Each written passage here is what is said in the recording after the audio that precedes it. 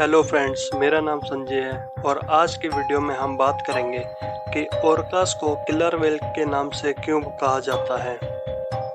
जब समुंदर पर राज करने की बारी आती है तो ज़रूरी नहीं कि सबसे बड़ा ही सबसे बेहतर और ताकतवर शिकारी जानवर है। जैसे ब्लू व्हेल इस धरती का सबसे बड़ा जानवर है, जिसका वजन 40 बड़े अफ्रीकन एलिफेंट्स के बराबर होता है। इतना बड़ा शरीर होने के बावजूद ब्लू व्हेल छोटी छोटी मछलियां और श्रिम्प्स का ही शिकार करती है। उसी तरह व्हेल शार्क भी अपन नाम की तरह बहुत ही बड़ी शिकारी जानवर है, जिसकी लंबाई 40 फुट तक हो सकती है, लेकिन यह भी सिर्फ छोटी मछलियों का ही शिकार करती है।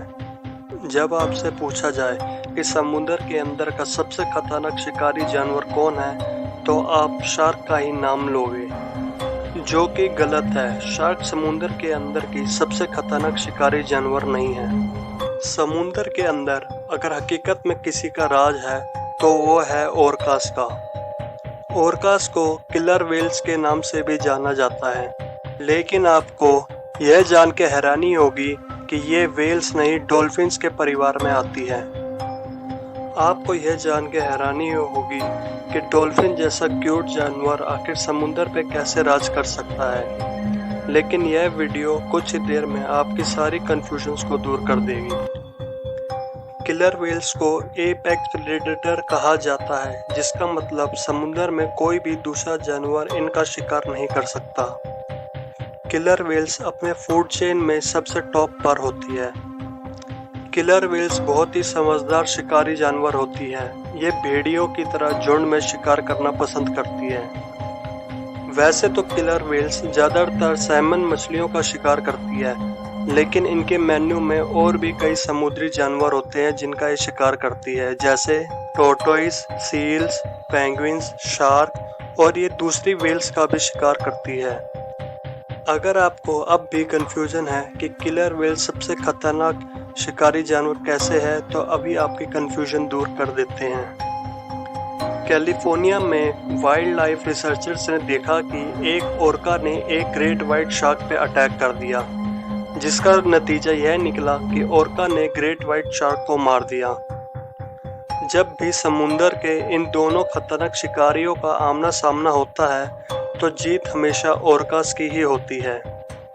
1997 में पहली बार रिकॉर्ड किया गया जब दो ओरकास ने एक बड़ी ग्रेट व्हाइट शार्क पर अटैक कर दिया और उसका लीवर खा लिया। उन्होंने उसका लीवर खाने के बाद उसका शरीर ऐसे ही छोड़ दिया। ओरकास शार्क का बस लीवर खाती है क्योंकि उसमें उनको विटामिन्स की बहुत ज़्यादा मात्रा मिलती है, इसलिए ओरकास को शार्क का लीवर खाना पसंद होता है। 2017 में भी साउथ अफ्रीका में ऐसा ही इंसिडेंट देखने को मिला, जब लोगों को 5 ग्रेट व्हाइट शार्क्स की बॉडी मिली, जिन सब में से लीवर गायब थे। रिसर्चर्स का ये कहना था कि इन सभी ग्रेट व्हाइट शार्क को ओरकास ने मारा है और इनका लीवर खा लिया। ओरकास बहुत ही समझदार शिकारी जानवर है और ये हमेशा ग्रुप में रह के ही शिकार करना पसंद करती है। अगर ग्रेट व्हाइट शार्क गलती से भी कहीं ओरकास को देख लेती है, तो वह उस इलाके में सालों तक शिकार करने नहीं आती। इन सब से यही साबित होता है कि ओरकास समुंदर के अंदर की सबसे खतरनाक शिकारी है और ओरकास आज के समय में समुंदर पर राज कर रही है। चलिए अब आपको बताते हैं ओरकास को उनका नाम किलर व्हेल कहाँ से मिला। ओरकास और डॉल्फिन बहुत हद तक एक ही जैसी दिखती है, क्योंकि ये दोनों एक ही परिवार की हैं। ओरकास को किलर व्हेल नाम पुराने ज़माने के सेलर्स ने दिया है।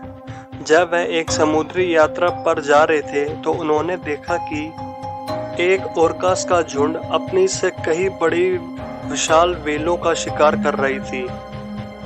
तब उन सेलर्स ने ओरकास का नाम व्हेल किलर रखा, जिसको बाद में जाके किलर व्हेल के नाम से रख दिया गया।